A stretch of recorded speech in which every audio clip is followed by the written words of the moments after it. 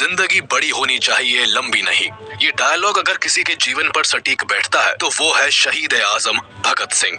मात्र 23 साल की उम्र में भारत माता की जय का नारा लगाते हुए फांसी के फंदे पर झूलने वाले वीर भगत सिंह इतना शानदार जिए कि आज भी पूरी दुनिया उन्हें याद करती है। भगत सिंह भारत की आजादी के वो एक अहम किरदार हैं जिन्होंने मात्र 23 साल की उम्र में अपना किरदार निभाकर खुशी खुशी फांसी के फंदे को चूम लिया। लेकिन जाने से पहले उन्होंने हर एक भारतीय के अंदर अपने देश की आजादी के प्रति जोश और जुनून का जज्बा भर दिया। 23 मार्च 1931 ये वो दिन था जब भगत सिंह को फांसी दी जानी थी। पूरे भारत में भगत सिंह की फांसी रोकने को लेकर प्रदर्शन हो रहे थे। ब्रिटिशर्स घबराए हुए थे कि कहीं प्रदर्शनकारी हावी न हो जाए और फांसी को टालना न पड़े, और इस कारण भगत सिंह को कोर्ट के द्वारा तय की गई तारीख से पहले ही फांसी दे दी जाती है। भगत सिंह तो कुर्बान हो गए, लेकिन देश के हर युवा की आंखों में आजादी का सपना छोड़ गए। भगत सिंह ने एक बार कहा था कि मेरे खून का एक एक कतरा इंकलाब लाएगा, जो वाकई सच साबित हुआ। एक तरफ भगत सिंह को फांसी हुई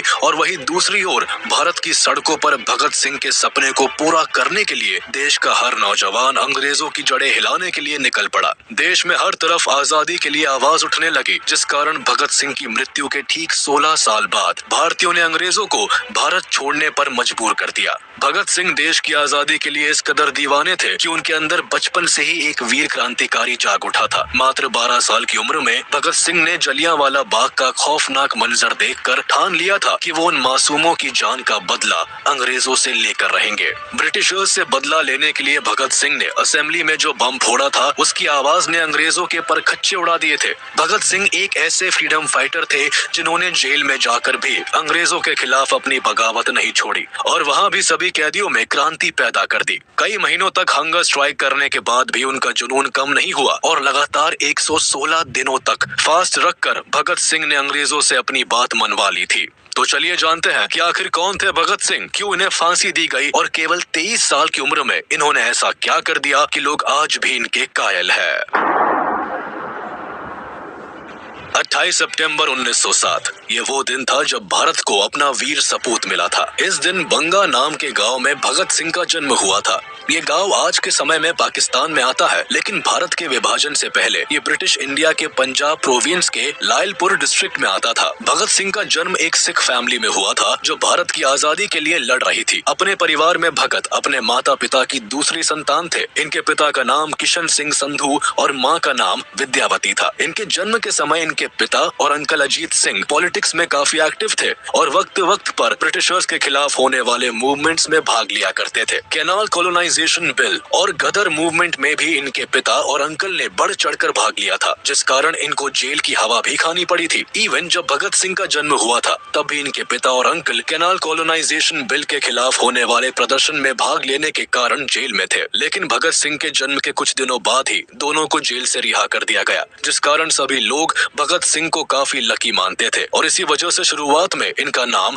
भागो सिंह रखा गया था, यानी भाग्य वाला इंसान। पर वक्त के साथ इस नाम को बदलकर भगत सिंह कर दिया गया। इन्होंने बचपन से ही देश के साथ साथ अपने घर के लोगों में भी आजादी की आग देखी थी और इसी के चलते काफी कम उम्र में ही इनके सीने में भी आजादी की आग पैदा हो गई। भगत सिंह बचपन से ही ब्रिटिशर्स से नफरत करने लगे थे, जिसका एक परफेक्ट एग्जाम्पल इनके बालपन के दिनों में देखने को मिलता है। वो ऐसे कि एक बार इनके पिता खेत में बीज बो रहे थे, जिसे देखकर भगत सिंह ने अपने पिता से सवाल किया कि आप खेत में क्यों आते हो। इस पर उनके पिता ने कहा कि हम खेत में बीज बोने आते हैं ताकि ढेर सारी फसल होने पर अनाज मिल सके। जिसके बाद भगत सिंह ने अपने पिता की बात का जवाब देते हुए कहा कि पिताजी, फिर हम खेत में बंदूकें क्यों नहीं बोते। ऐसा करने से हमारे पास ढेर सारी बंदूकें होंगी जिनका इस्तेमाल हम अंग्रेजों के खिलाफ कर सकते हैं। छोटी सी उम्र में ही ऐसे विचार रखने वाले भगत सिंह ने अपने पिता को निशब्द कर दिया था, लेकिन इस इंसिडेंट से उनके पिता इतना तो समझ गए थे कि उनका बेटा बड़ा होकर एक दिन बहुत बड़ा स्वतंत्रता सेनानी बनेगा।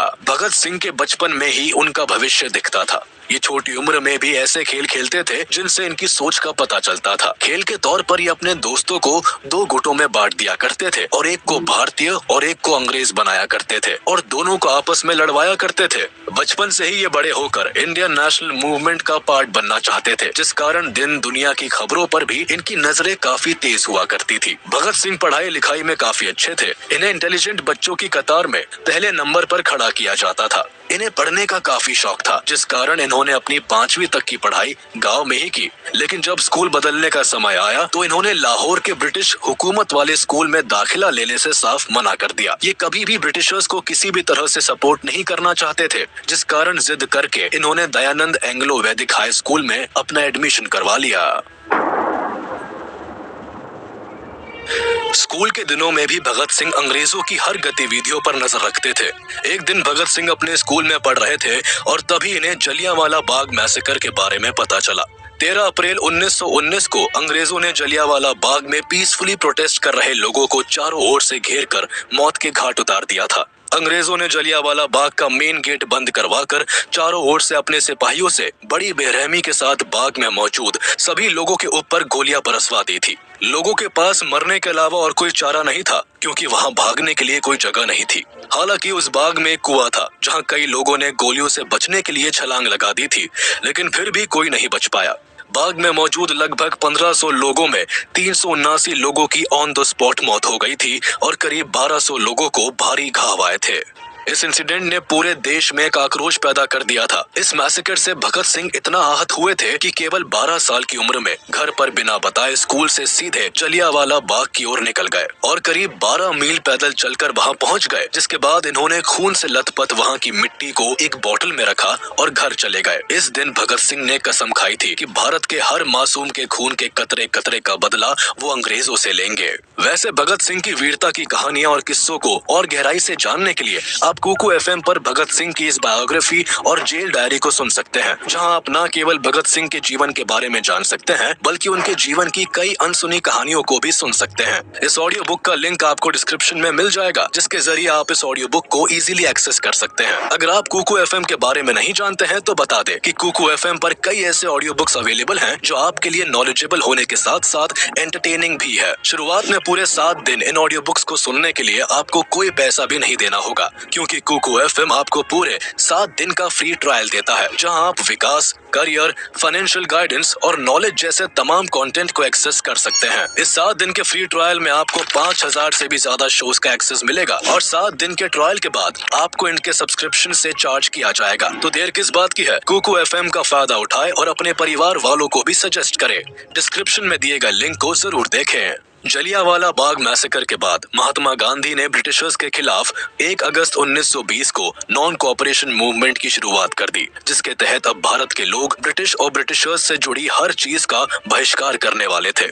इस मूवमेंट में गांधी जी ने साफ कर दिया था कि स्वराज ही उनका अल्टीमेट गोल है। वो किसी भी कारण से ब्रिटिशर्स के नीचे अब दबने के लिए तैयार नहीं थे। इस मूवमेंट को पूरे भारत की ओर से सपोर्ट मिला। इसके तहत ब्रिटिश प्रोडक्ट से लेकर ब्रिटिश टाइटल और ऑफिसेस तक का बॉयकॉट किया जाने लगा। भगत सिंह भी गांधी जी के इस मूवमेंट से काफी प्रभावित हुए और उन्होंने गांधी जी के इस मूवमेंट को पूरे जोरों शोरों से सपोर्ट किया। भगत सिंह न केवल खुद बल्कि अपने दोस्तों को भी इस मूवमेंट में पार्ट लेने के लिए प्रोत्साहित किया करते थे। उन्होंने ब्रिटिशर्स द्वारा बनाए गए सामानों को जलाना शुरू कर दिया। वो सरेआम ब्रिटिश स्पॉन्सर्ड बुक्स को भी आग लगा दिया करते थे। कुल मिलाकर भगत सिंह को अब तक लगने लगा था कि ब्रिटिशर्स को गांधी जी ही हरा सकते हैं और अब भारत को जल्दी ही आजादी मिलने वाली है। लेकिन तभी एक इंसिडेंट होता है जो भगत सिंह को पूरी तरह से तोड़ देता है।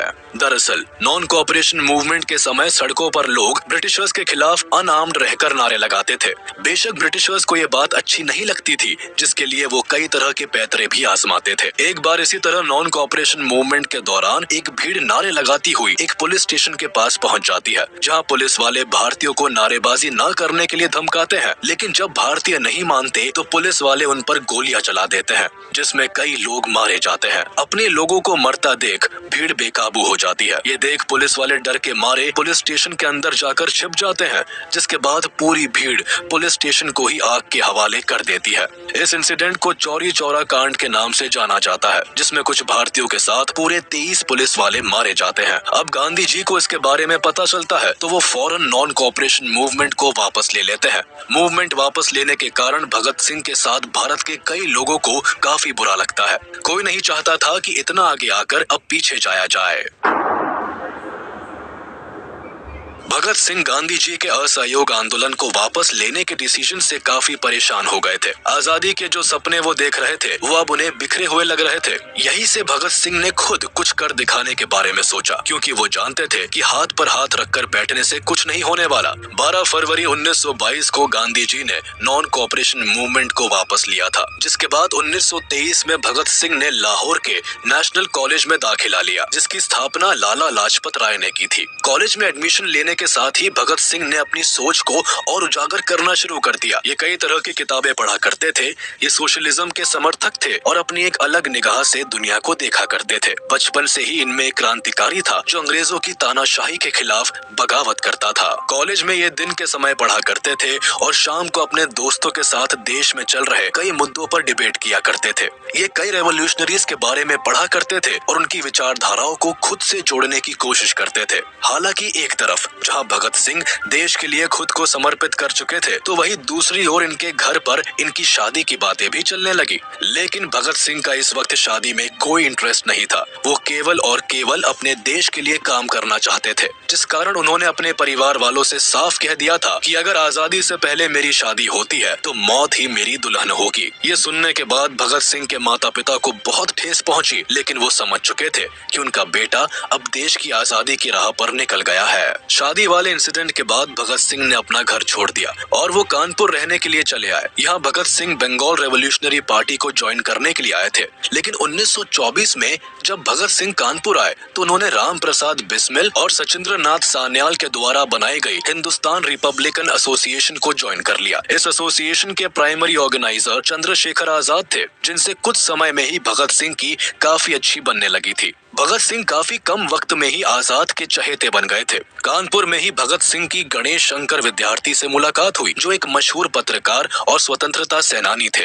गणेश शंकर ने भगत सिंह को अपने पीरियोडिकल ऑफिस में काम पर रख लिया। इनका प्रताप नाम का एक साप्ताहिक पत्र भी निकला करता था, जिसमें भगत सिंह ने बलवंत के नाम से लिखना शुरू कर दिया। प्रताप में सिंह कई और ग्रेट रेवोल्यूशनरीज की ऑटोबायोग्राफीज को लिखा और ट्रांसलेट किया करते थे। पूरा देश इनके लिखने के तरीके को काफी पसंद किया करता था। यह वही समय था जब भगत सिंह के थॉट प्रोवोकिंग आर्टिकल से इम्प्रेस होकर सचिंद्र नाथ सान्याल ने उन्हें चंद्रशेखर आजाद से मिलवाया था। कुल मिलाकर भगत सिंह का छोटा पर काफी सक्सेसफुल जर्नलिस्टिक करियर रहा, जहां इन्होंने कई मैगजीन्स के साथ मिलकर काम किया और काफी नाम कमाया। इन्होंने कीर्ति, प्रताप, वीर अर्जुन, मतवाला, प्रभा और वंदे मातरम जैसी मैगजीन्स और न्यूज़पेपर्स के लिए काम किया था और हर जगह से इन्हें काफी प्रशंसा मिली। हर कोई इनके लेख का कायल था। इनकी पर्सनैलिटी की तरह इनका लिखने का अंदाज भी जरा हटकर था। ये अपनी लिखने की ताकत से ही ब्रिटिशर्स के पुर्जे हिला दिया करते थे। इनका लिखा हुआ पढ़ने भर से ही देश की जनता में अंग्रेजों के खिलाफ लड़ने की एक शक्ति पैदा हो जाती थी। इनके लिखे कई आर्टिकल्स को तो अंग्रेजों ने बैन भी करवा दिया था। अंग्रेज अब तक भगत सिंह को पहचानने लगे थे, लेकिन भगत सिंह कहाँ किसी से डरने वालों में से थे। वो तो बस अपने लक्ष्य की ओर बढ़ रहे थे। हालांकि 1925 में सिंह वापस से लाहौर चले गए। दरअसल भगत सिंह की ग्रैंड मदर की तबीयत अचानक काफी बिगड़ गई थी, जिस कारण उन्होंने अपने घर का रुख लिया। लेकिन यहाँ भी वो अकाली दल की मीटिंग्स को सपोर्ट किया करते थे।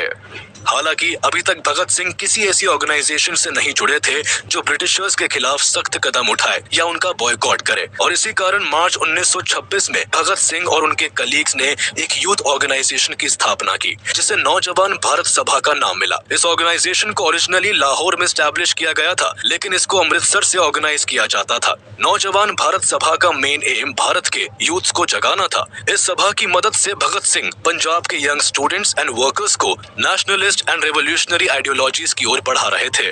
इस सभा को बनाने का आइडिया भगत सिंह को अमृतसर के एक prominent freedom fighter doctor Satyapal ने दिया था। वक्त के साथ लोग इस सभा के बारे में जानने लगे और इसे ज्वाइन करने लगे। कई प्रोमिनेंट पॉलिटिकल एक्टिविस्ट ने भी इस सभा को ज्वाइन किया था। शुरुआत में सभा को केवल लाहौर से ही ऑपरेट किया जाता था, लेकिन कीर्ति किसान पार्टी के साथ एक यूथ कॉन्फ्रेंस में ये डिसाइड हुआ कि सभा का हेडक्वार्टर अब लाहौर से अमृतसर शिफ्ट कर दिया जाएगा। कुछ समय बाद नौजवान भारत सभा और कीर्ति किसान पार्टी ने एकजुट होकर मिलकर गरीब किसानों के अपलिफ्टमेंट के लिए काम करना शुरू कर दिया। साथ ही जनता के बीच जस्टिस एंड इगैलिटेरियनिज्म का मैसेज भी फैलाने लगे। ये वही समय था जब भगत सिंह ने कीर्ति किसान पार्टी को ज्वाइन किया था। इसके बाद अप्रैल 1926 में भगत सिंह की मुलाकात सोहन सिंह जोश से हुई, जो अमृतसर के एक noted peasant leader and freedom fighter रहे थे। भगत सिंह इनके साथ मिलकर काम करने लगे और कुछ ही समय में इन्हें मर्ज्ड पार्टी का प्रेसिडेंट बना दिया गया। सोहम सिंह भगत सिंह के विचारों से सहमत थे और इसी कारण उन्होंने भगत सिंह की वर्कर्स एंड पेजेंट्स पार्टी से बातचीत करवाई, जो एक गुरुमुखी लैंग्वेज मंथली मैगजीन कीर्ति को पब्लिश करती थी।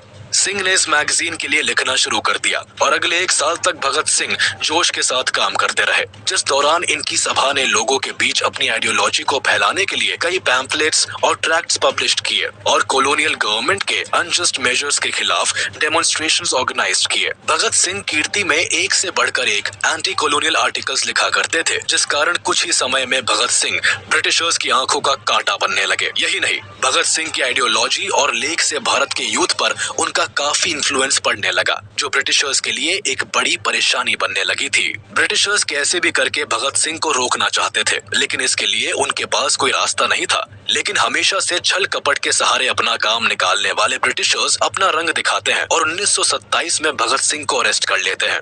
अरेस्ट के समय ब्रिटिशर्स 9 अगस्त 1925 को हुई काकोरी ट्रेन रॉबरी और अक्टूबर 1926 में हुए लाहौर बॉम्बिंग में भगत सिंह के शामिल होने का इल्जाम लगाते हैं। दरअसल काकोरी एक्शन को करवाने की जिम्मेदारी हिंदुस्तान रिपब्लिकन एसोसिएशन HRA लेता है और उस समय भगत सिंह भी इस ऑर्गेनाइजेशन के पार्ट थे, जिस कारण उन्हें अरेस्ट करना ब्रिटिशर्स के लिए आसान बन गया था। हालांकि काकोरी एक्शन की प्लानिंग एंड एग्जीक्यूशन करने का काम राम प्रसाद बिस्मिल, अशफाकुल्ला खान और चंद्रशेखर आजाद जैसे कई लीडर्स ने किया था। कुछ समय बाद काकोरी कॉन्स्पिरेसी ट्रायल में राम प्रसाद बिस्मिल सहित 4 लोगों को फांसी और 16 लोगों को आजीवन कारावास की सजा सुनाई गई थी। लेकिन ब्रिटिशर्स के पास भगत सिंह के खिलाफ ना कोई ठोस सबूत थे और ना ही कारण, जिस वजह से अरेस्ट के कुछ समय बाद ही भगत सिंह को 60,000 रुपए का भुगतान करने के बाद छोड़ दिया गया था।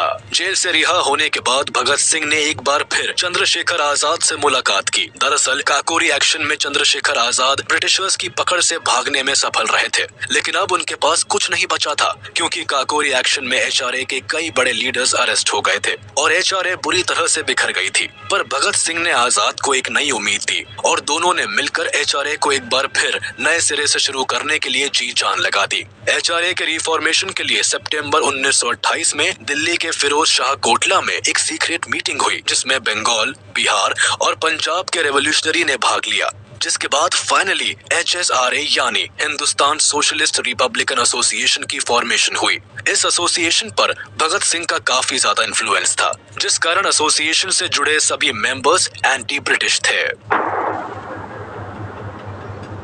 इस समय भारत में साइमन कमीशन का बड़े जोरों शोरों से विरोध हो रहा था। दरअसल 1928 में ही ब्रिटिश गवर्नमेंट के द्वारा भारत में एक कमीशन बैठाया गया, जिसका मेन काम भारत की पॉलिटिकल सिचुएशन पर रिपोर्ट तैयार करना और ब्रिटिश गवर्नमेंट को सौंपना था। लेकिन परेशानी ये थी कि इस कमीशन में एक भी भारतीय शामिल नहीं था और इसका हेड भी एक ब्रिटिशर यानी जॉन साइमन था। इसी वजह से देश में कुछ एक्टिविस्ट ग्रुप ने इस कमीशन के खिलाफ प्रोटेस्ट करना शुरू कर दिया। देखते ही देखते ये प्रोटेस्ट पूरे भारत में फैल गए और हर कोई साइमन गो बैक के नारे लगाने लगा। इस समय लाला लाजपत राय एक ऑल पार्टी प्रोटेस्ट को लीड कर रहे थे, जो साइमन कमीशन के अगेंस्ट काम कर रहा था। पूरे भारत में हो रहे प्रोटेस्ट ब्रिटिशर्स को नहीं भा रहे थे, जिस कारण इसी समय ब्रिटिशर्स कुछ ऐसा करते हैं जिसका भगत सिंह पर काफी असर होता है और इसी के कारण भगत सिंह पहली बार किसी ब्रिटिशर के खिलाफ कलम की जगह हाथ में बंदूक तान लेते हैं। दरअसल प्रोटेस्ट को लीड करते हुए लाला लाजपत राय लाहौर के एक रेलवे स्टेशन की ओर अपना रुख करते हैं, लेकिन पुलिस उन्हें और सभी प्रोटेस्टर्स को रेलवे स्टेशन पर जाने से रोकती है, जिस कारण सिचुएशन काफी गर्म हो जाती है। पर तभी superintendent of police James A Scott सभी पुलिस ऑफिसर्स को प्रोटेस्टर्स पर लाठी चार्ज करने का ऑर्डर दे देते हैं, जिसके बाद पुलिस वाले सभी प्रोटेस्टर्स पर अंधाधुन लाठी बरसाना शुरू कर देते हैं। इस लाठी चार्ज में कई प्रोटेस्टर्स घायल हो जाते हैं, लेकिन लाला लाजपत राय की सबसे बुरी हालत होती है, क्योंकि स्कॉट का मेन टारगेट लाला लाजपत राय ही होते हैं। पुलिस वाले राय को लाठी से इतना मारते हैं कि इन्हें हॉस्पिटल में एडमिट करवाना पड़ता है, जहां इंजरीज के कारण 17 नवंबर 1928 को लाला लाजपत राय की मौत हो जाती है। लाला लाजपत राय की मौत के बाद डॉक्टर्स भी इस बात को कंफर्म करते हैं कि सेवरल इंजरीज के कारण ही राय की मौत हुई है। हालांकि बाद में जब यूनाइटेड किंगडम पार्लियामेंट में राय की मौत का मुद्दा उठाया जाता है तो ब्रिटिश गवर्नमेंट राय की मौत में खुद को निर्दोषी बताती है। लाला लाजपत राय की मौत ने भगत सिंह को अंदर से झकझोर कर रख दिया था। भगत सिंह अब हर हाल में ब्रिटिशर्स से बदला लेना चाहते थे और इसी बदले की आग में फाइनली भगत सिंह और उनके सभी रेवोल्यूशनरी साथियों ने मिलकर जेम्स ए स्कॉट की हत्या करने की योजना बनाई। इस योजना को बनाने के लिए भगत सिंह और सभी क्रांतिकारियों ने एक मीटिंग रखी जिसमें यह तय हुआ कि अब फाइनली ब्रिटिशर्स को अपने किए हुए का चुकाना पड़ेगा। इस बैठक में स्कॉट के मर्डर का प्लान बनाने में राजगुरु, सुखदेव, चंद्रशेखर आजाद और जय गोपाल जैसे क्रांतिकारी भी शामिल थे। स्कॉट के मर्डर प्लान में HSRA के भी सभी मेंबर्स ने साथ दिया था। प्लान के मुताबिक भगत सिंह के साथ सभी क्रांतिकारियों को पुलिस स्टेशन के पास छिपकर स्कॉट के स्टेशन से बाहर निकलने का इंतजार करना था और जैसे ही स्कॉट स्टेशन से बाहर आते वैसे ही उन्हें गोली मारकर भाग जाना था। लेकिन असल में प्लान जैसा बनाया गया था वैसा एग्जीक्यूट नहीं हो पाया और एक बड़ी गलती हो गई। 17 दिसंबर 1928 को भगत सिंह और उनके सभी साथी प्लान के हिसाब से पुलिस स्टेशन के आसपास खड़े होकर स्कॉट का इंतजार करने लगे। ऑपरेशन के हिसाब से भगत सिंह और राजगुरु की जिम्मेदारी स्कॉट को मारने की थी और चंद्रशेखर आजाद का काम केवल इन दोनों को कवर देने का था। जय गोपाल को इस प्लान का हिस्सा इसलिए बनाया गया था क्योंकि उनके अलावा कोई स्कॉट को नहीं पहचानता था। सभी स्कॉट के पुलिस स्टेशन से बाहर निकलने का इंतजार कर रहे थे। जय गोपाल वही पास में बैठकर एक साइकिल पर चेन चढ़ा रहे थे। उनका काम केवल स्कॉट को आइडेंटिफाई करने के बाद इशारा देने का था। अब जैसे ही स्टेशन से एक पुलिस ऑफिसर बाहर निकला तो सब चौकन्ने हो गए और जय गोपाल ने भगत सिंह को इशारा कर दिया, जिसके बाद उस पुलिस ऑफिसर पर पहली गोली राजगुरु ने चलाई और फिर बाद में भगत सिंह ने। गोली लगने के बाद जब तक भगत सिंह समझ पाते कि उन्होंने गलत आदमी पर गोली चलाई है तब तक काफी देर हो चुकी थी। दरअसल जय गोपाल हड़बड़ाहट में स्कॉट को पहचान ही नहीं पाए थे और उन्होंने इशारा करके जिस ऑफिसर पर गोली चलाने को कहा वो स्कॉट नहीं बल्कि ASP जॉन पी सॉन्डर्स थे। कई गोलियां लगने के कारण जॉन पी सॉन्डर्स की मौके पर ही मौत हो गई। सॉन्डर्स के मर्डर के कारण भगत सिंह और उनके सभी साथियों को पकड़ने के लिए पुलिस ने अपनी सर्च ऑपरेशन तेज कर दी और शहर के सभी एंटर और एग्जिट पॉइंट्स को ब्लॉक करवा दिया, जिस कारण भगत सिंह का पुलिस की नजरों से बचकर भाग निकलना काफी मुश्किल हो गया था। इसलिए भागने के लिए भगत सिंह एक प्लान बनाते हैं जिसे एग्जीक्यूट करने के लिए 19 दिसंबर 1928 को सुखदेव HSRA के मेंबर प्रोफेसर भगवती चरण वोहरा की वाइफ दुर्गावती देवी को बुलाते हैं जो भगत सिंह की भागने में मदद करती है। प्लानिंग के हिसाब से राजगुरु और भगत सिंह को लाहौर से एक ट्रेन पकड़नी थी जो भटिंडा होते हुए कैलकटा जाती। इस दौरान भगत सिंह अपना पूरा लुक बदल लेते हैं। एक पंजाबी होने के बाद भी भगत सिंह अपने बाल और दाढ़ी कटवा लेते हैं। इनका अटायर भी वेस्टर्न होता है। वही सुखदेव भगत सिंह के नौकर बनते हैं और दुर्गा भाभी भगत सिंह की वाइफ। भगत सिंह और सुखदेव सेफ्टी के लिए अपने पास एक रिवॉल्वर भी रखते हैं, जिसके बाद फाइनली सभी भागने में सफल होते हैं।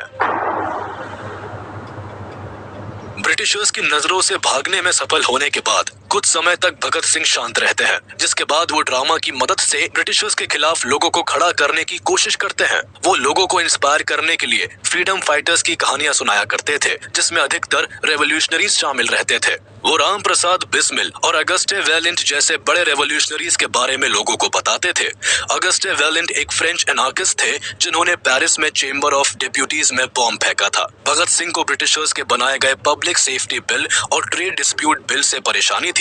पब्लिक सेफ्टी बिल के हिसाब से ब्रिटिशर्स बिना रीजन बताए किसी को भी अरेस्ट कर सकते थे और ट्रेड डिस्प्यूट बिल के तहत श्रमिक गतिविधियों को समाप्त करने और स्ट्राइक्स पर रोक लगाने की बात कही गई थी। इन बिल्स के कॉन्सिक्वेंसेस को देखते हुए असेंबली ने इन दोनों ही बिलों को रिजेक्ट कर दिया, लेकिन वाइसरॉय ने अपनी स्पेशल पावर्स का इस्तेमाल करके बिल्स को रिजेक्ट करने के बाद भी इसे लागू करने की योजना बना ली थी।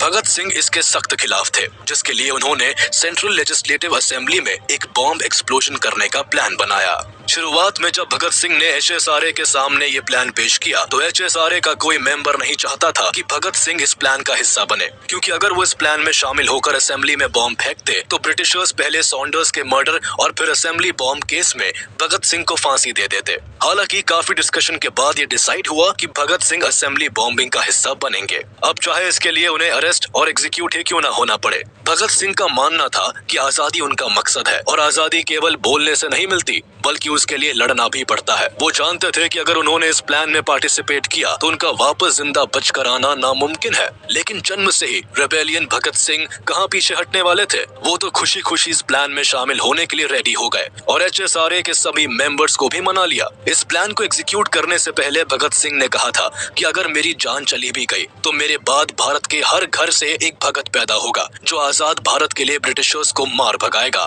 फाइनली वो दिन आता है जब भगत सिंह और बटुकेश्वर दत्त दिल्ली असेंबली बॉम्बिंग के लिए तैयार होते हैं। 8 अप्रैल 1929 को भगत सिंह और बटुकेश्वर दत्त चलते सेशन के बीच पब्लिक गैलरी से असेंबली चैम्बर में 2 बॉम्ब फेंकते हैं। इन बॉम्ब्स का मकसद किसी को मारने का नहीं होता, इसी कारण इन्हें खाली जगहों पर फेंका जाता है। बॉम्ब से पूरी असेंबली में धुआं हो जाता है और इसकी आवाज भी काफी तेज होती है, जिस कारण असेंबली में मौजूद सभी लोगों को कुछ समझ नहीं आता और वो इधर उधर भागने लगते हैं। इस समय भगत सिंह और बटुकेश्वर दत्त चाहते तो भाग सकते थे, लेकिन वो ऐसा नहीं करते हैं, बल्कि वही खड़े होकर जोर जोर से इनकलाब जिंदाबाद का नारा लगाते हुए कई पैम्फलेट्स हवा में उड़ाने लगते हैं, जिन पर लिखा था कि बहरों को सुनने के लिए धमाके की जरूरत होती है। इसके बाद दोनों खुद को पुलिस के हवाले कर देते हैं। अरेस्ट होने का मेन मकसद कोर्ट ट्रायल्स के जरिए अपनी बातों को पूरे हिंदुस्तान के कानों तक पहुंचाना था, जिससे सभी भारत की आजादी की लड़ाई में बढ़ चढ़कर हिस्सा ले। अरेस्ट के कारण फाइनली पिछले 1 साल से ब्रिटिशर्स को जिसकी तलाश थी वो आज उनके हाथ लग जाता है। अरेस्ट करने के बाद भगत सिंह और बटुकेश्वर दत्त को लाहौर के बोस्टल जेल में डाल दिया जाता है, जहां 10 जुलाई 1929 को दोनों के ऊपर मुकदमा शुरू होता है। 7 मई 1929 को भगत सिंह और बटुकेश्वर दत्त पर 2 केसेस के लिए ट्रायल्स चलते हैं, जिसमें एक असेंबली बॉम्ब केस के लिए और दूसरा सॉन्डर्स मर्डर के लिए। दोनों ट्रायल्स में भगत सिंह अपनी साइड से कॉन्फिडेंट रहते हैं, लेकिन ब्रिटिशर्स को तो कैसे भी करके भगत सिंह को फांसी देनी थी। ट्रायल्स की शुरुआत में भगत सिंह और दत्त अपने केस को बहुत सीरियसली लड़ते हैं, लेकिन वक्त के साथ इन्हें समझ आने लगता है कि वो चाहे कितनी भी कोशिश क्यों ना कर ले, ब्रिटिशर्स उन्हें अब जेल से घर वापस कभी नहीं जाने देंगे। ट्रायल्स की शुरुआत में बटुकेश्वर दत्त की ओर से अफसर अली केस को लड़ते हैं, तो वही भगत सिंह अपना केस खुद लड़ने का फैसला लेते हैं। भगत सिंह स्टार्टिंग से ही अपना स्टैंड क्लियर करते हुए चलते हैं। वो रेवोल्यूशनरीज के बारे में कहते हैं कि जब अग्रेसिवली तरीके से फोर्स का इस्तेमाल किया जाता है तो वो वायलेंस और अनजस्टिफाइबल कहलाता है, लेकिन जब किसी लेजिटिमेट कॉज को आगे बढ़ाने के लिए इसका इस्तेमाल किया जाता है तो इसका अपना मॉरल जस्टिफिकेशन होता है। ब्रिटिशर्स के खिलाफ भगत सिंह के रवैये को देखते हुए अंग्रेज वही करते हैं जो उनसे एक्सपेक्टेड था। कोर्ट किसी भी सूरत में रेवोल्यूशनरीज के द्वारा किए गए कामों को सही नहीं बताती और मैलिशियस एंड अनलॉफुल इंटेंट का हवाला देते हुए भगत सिंह और दत्त को गलत ठहराती है।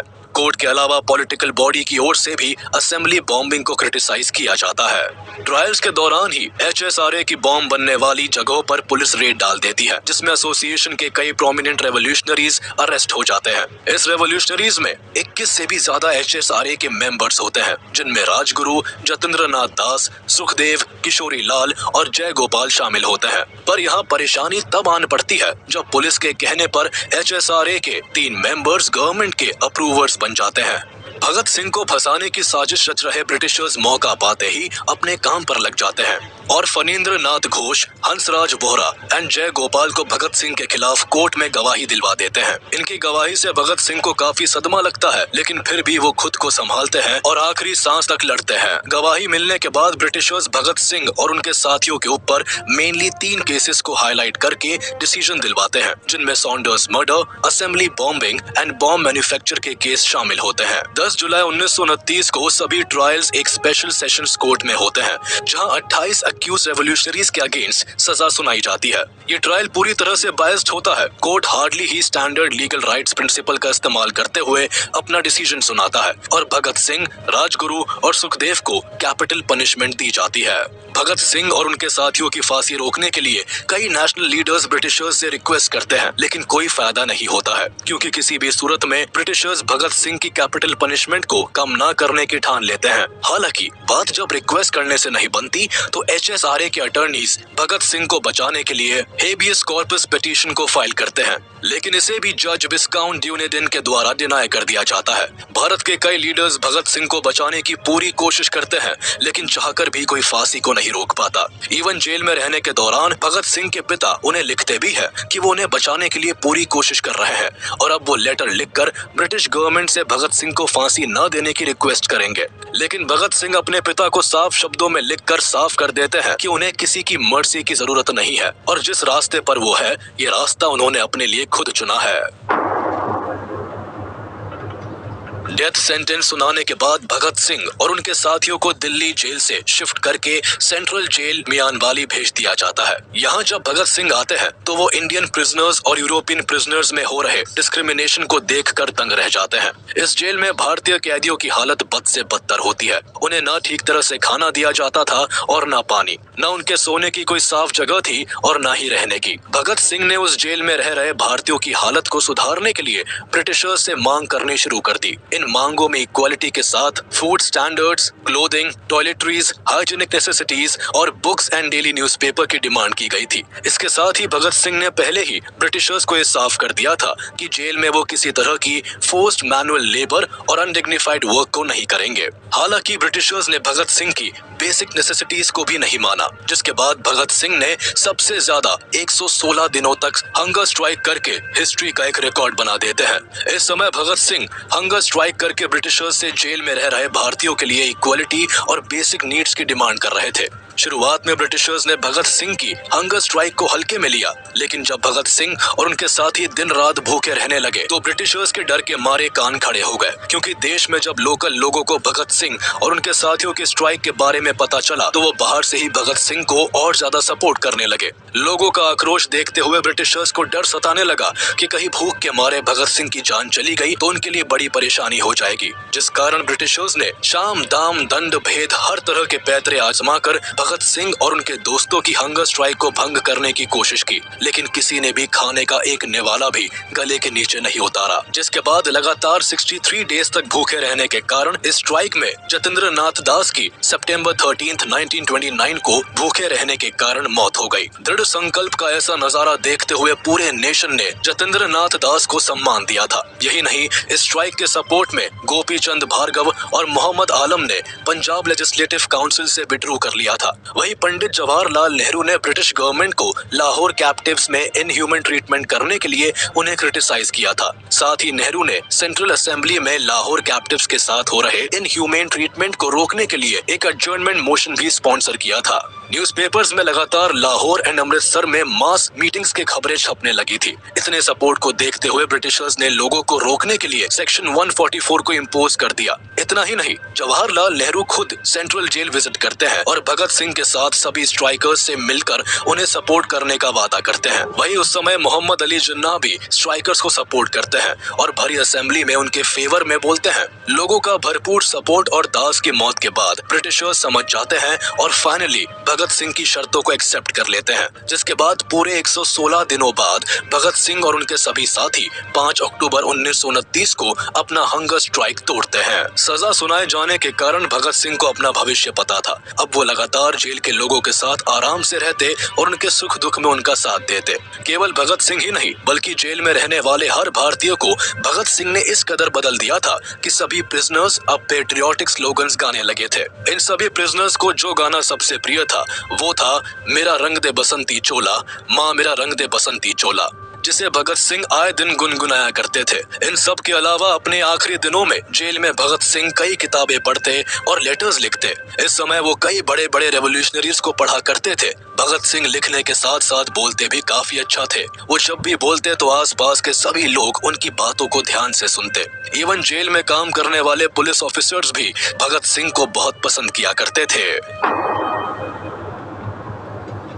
फाइनली अब वो दिन आ जाता है जब भगत सिंह को इस दुनिया से अलविदा कहना पड़ता है, लेकिन देश अभी भी भगत सिंह को विदाई देने के लिए तैयार नहीं था, जिस कारण अभी भी जोरों शोरों से चारों ओर भगत सिंह को बचाने के लिए हर कोई अपनी पूरी कोशिश में लगा हुआ था। 24 मार्च 1931 को भगत सिंह और उनके साथियों को फांसी देनी थी, लेकिन पूरे भारत में भगत सिंह के सपोर्ट में हो रहे प्रोटेस्ट को देखकर ब्रिटिशर्स डर जाते हैं और तय की गई तारीख से एक दिन पहले ही उन्हें फांसी देना तय किया जाता है। जिसके बाद फांसी का जब समय होता है तो जेलर भगत सिंह को जेल से लेकर फांसी देने वाली जगह पर लेकर जाने के लिए आते हैं, पर तब भगत सिंह कहते हैं कि मुझे थोड़ा वक्त दो, मेरी किताब का आखिरी पन्ना बचा है। अभी एक क्रांतिकारी दूसरे क्रांतिकारी से भेंट कर रहा है, दरअसल इस समय भगत सिंह लेनिन की बायोग्राफी को पढ़ रहे थे। थोड़ी देर में भगत सिंह किताब का आखिरी पन्ना पढ़ने के बाद जेलर के साथ जाने के लिए तैयार हो जाते हैं। जेलर भगत सिंह, राजगुरु और सुखदेव को फांसी देने के लिए ले जाता है, जहां भगत सिंह अपने हाथों और आंखों को ना बांधने की डिमांड करते हैं। ब्रिटिशर्स भगत सिंह के हाथों को तो नहीं बांधते, लेकिन आंखों पर काली पट्टी को बांध देते हैं, जिसके बाद 23 मार्च 1931 की शाम को ठीक 7:30 पर भगत सिंह, राजगुरु और सुखदेव को फांसी दे दी जाती है। तीनों फांसी के फंदे को चूमकर इनकलाब जिंदाबाद का नारा लगाकर इस दुनिया से हमेशा हमेशा के लिए अलविदा कह जाते हैं। इन तीनों देश प्रेमियों का बलिदान भारत के हर यूथ को एक नई दिशा देता है और अब हर नौजवान भारत के फ्रीडम स्ट्रगल में बढ़ चढ़कर हिस्सा लेता है। भगत सिंह ने केवल तब के यंगस्टर्स को ही इंस्पायर नहीं किया, बल्कि आज के यूथ में भी भगत सिंह के लिए बेहद प्यार और इज्जत भरी है। आज का यूथ भी भगत सिंह को अपनी इंस्पिरेशन मानता है। आज भगत सिंह, राजगुरु और सुखदेव की याद में हर साल 23 मार्च को देश शहीद दिवस मनाता है। हम आशा करते हैं कि आपको हमारा वीडियो पसंद आया होगा। आगे हम और भी ऐसे ही इंफॉर्मेटिव वीडियोस आपके लिए लाते रहेंगे। तब तक के लिए हमारा वीडियो लाइक कर दे और ऐसे इंटरेस्टिंग वीडियोस के लिए हमारे चैनल को सब्सक्राइब कर ले।